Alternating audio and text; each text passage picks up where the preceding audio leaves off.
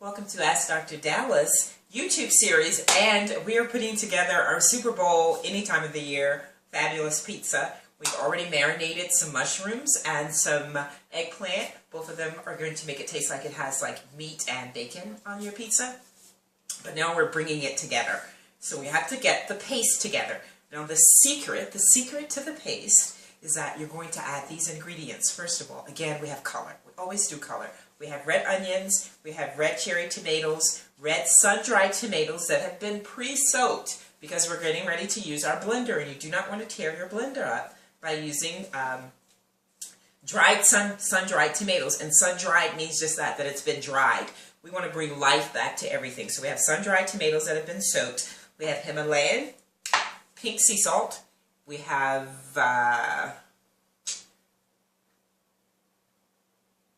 dried basil, because we didn't have any fresh basil leaves. We have fresh lemon, we have agave, and here's the secret, we have dates. So that's going to bring that sweetness. Because I don't know if you know, but the whole thing that makes tomato paste taste so great that comes out of a can is the sugar content. So we're not using sugar. And again, we're blending. So what we normally do, as you've been learning, is we put our loose ingredients on the bottom. Then we begin to use solid and thicker ingredients at the top, just so that it's easier to blend. Now, what you would probably think is that we would go with these loose ingredients. But remember, when you're dealing with agave and honey, you want to have something in first, or else it's going to stick to your blade and it's going to be a natural mess. And then you're going to be frustrated and you're going to have to go back to eating bad foods, and then we're not going to change the lives that we want to change. So what are we going to do? Here's the trick, is that you put your tomatoes in first, because they're 90% water, which makes them a great food to eat. Then you put in your lemon juice, just enough to get that tomato loose. And we're going to go and blend that first, so that we're dealing with, surprise! Just want to do it enough because we don't have that many ingredients, and you don't want to have half of your ingredients stuck on the top, because this stuff is not going to generate. Okay, now it's always kind of tricky dealing with sun-dried tomatoes, whether they've been soaking or not. There's our dried basil. There's quite a bit of that. Now, even though the dates also have been just a tad bit of salt. Okay, let's see what happens here. That's live TV.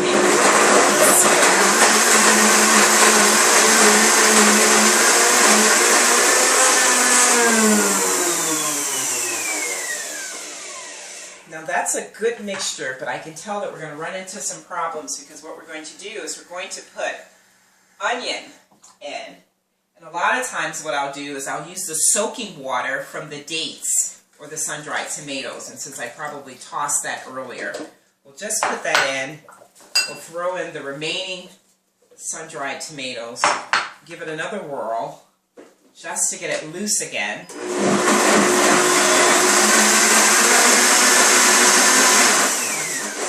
Because we are doing a paste, a tomato paste, so it's not supposed to be loose, but we want to get it. And here's another trick for you. We have agave, you know that's sticky, but we're also going to use about 1/4 of an onion. So you take your onion to clean your agave out so you're not clogging up your drains.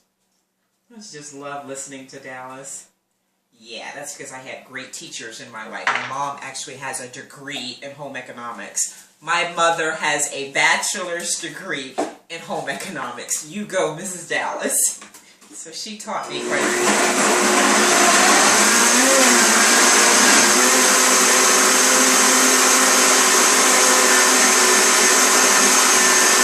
Now, if you kind of zoom in close, you'll find that when I had this on, you saw a lot of movement in the bottom, but this piece here was stuck. See how it's turning there?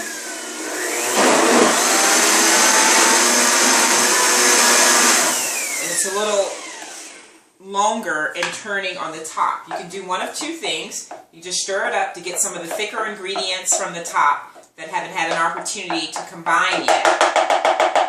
Or you can add a little more water. I want it to be more of a paste, so I'm going to try it.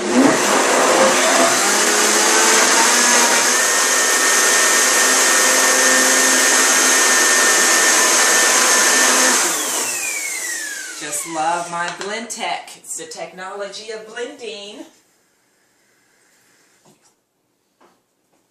Add a little more because we're going to let it sit overnight. I think I want a little more onion in as well. So I'm going to stir this up, let the water kind of combine with it. And what happens is, if it ever gets too loose for you, you can always throw in a dry date or something that's a little thick.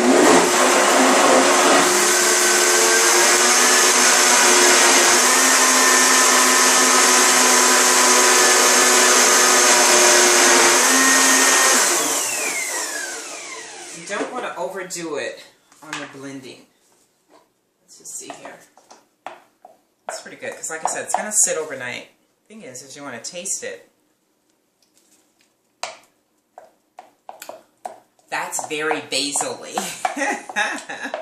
That's got a good flavor to it. Tastes just like pizza. And that's the key, is that you want your ingredients that has a really good flavor to it. That's pretty good. And see, this also is going to be our pizza topping.